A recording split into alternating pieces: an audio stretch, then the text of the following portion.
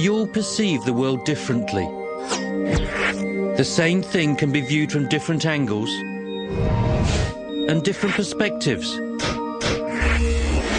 But some people's minds are so different that their perceptions are literally turned upside down. Take, for example, 43-year-old Sean Day. Cucumbers taste pink. Spinach tastes a rich, dark purple. I tend to avoid eating zucchinis because the color is a dull gray yellow, and I don't like yellows. Sean Day is from South Carolina in the United States and has a condition called synesthesia. Synesthesia is a neurological condition in which the five senses of hearing, vision, touch, taste and smell become mixed up. People with synesthesia may hear colours, see sounds or taste a touch. Experts believe there are more than 20 different types of synesthesia, but around half of all synesthetes have more than one type. Like Sean, who can see music as colours but also taste food as colour. One of the first times he experienced his particular food synesthesia was in his teens, when he drank a cup of coffee. I took one sip and all of a sudden, wow. It's like right there in front of me, this very vivid, huge pool of oily green. And it just struck me as like, that's interesting. I'm going to have to start experimenting with this. Sean tastes food like a normal person would, but he has the added benefit of seeing colour as well, which means when he goes shopping for food, he's looking for different colour combinations as well as taste. Chicken gives it a nice light blue color. Got the last thing I need for tonight, ice cream for the chicken. It's estimated that synesthesia affects 1% of the world's population.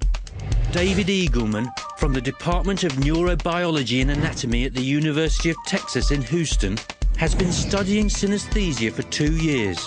Synesthesia is a harmless perceptual condition in which there's a blending of the senses. So, for example, one might experience colors while listening to music. So one can think about this mixture of the senses like neighboring countries on the brain's map, where there's porous borders in between the countries. There are essentially two theories about what's happening in the synesthetic brain. So in one theory, you have increased wiring between neighboring brain areas, and that causes them to talk to each other more. In the second theory, which I favor, that wiring is already there in everybody. But in the normal brain, there's a balance of inhibition and excitation that keeps these areas from talking to each other. And it appears that what happens in the synesthetic brain is that that inhibition is not working, so the wiring is actually talking. Dr. Eagleman's research is one of the first systematic studies of synesthesia. He's principally interested in how changes in people's genes alter their perceptions of the world, and is studying synesthetes because their perceptions are so radically different.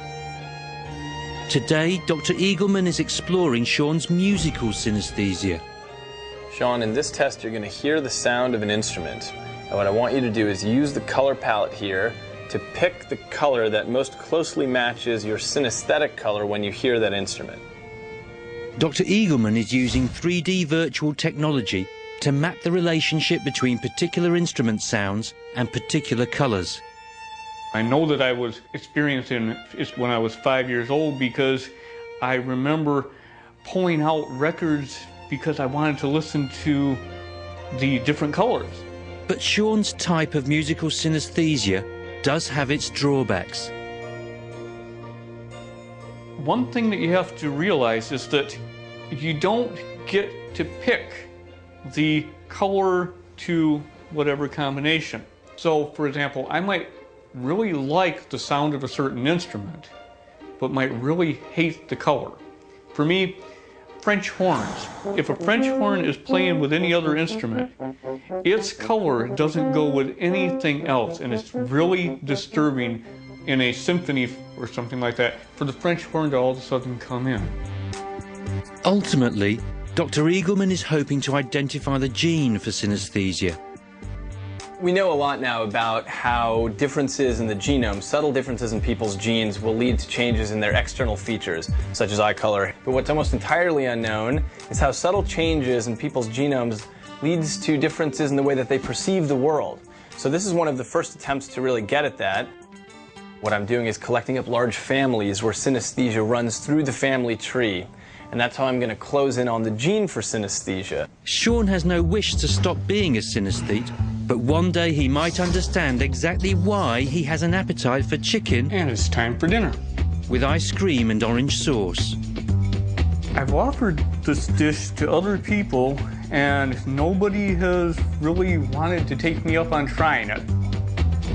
It's actually quite good.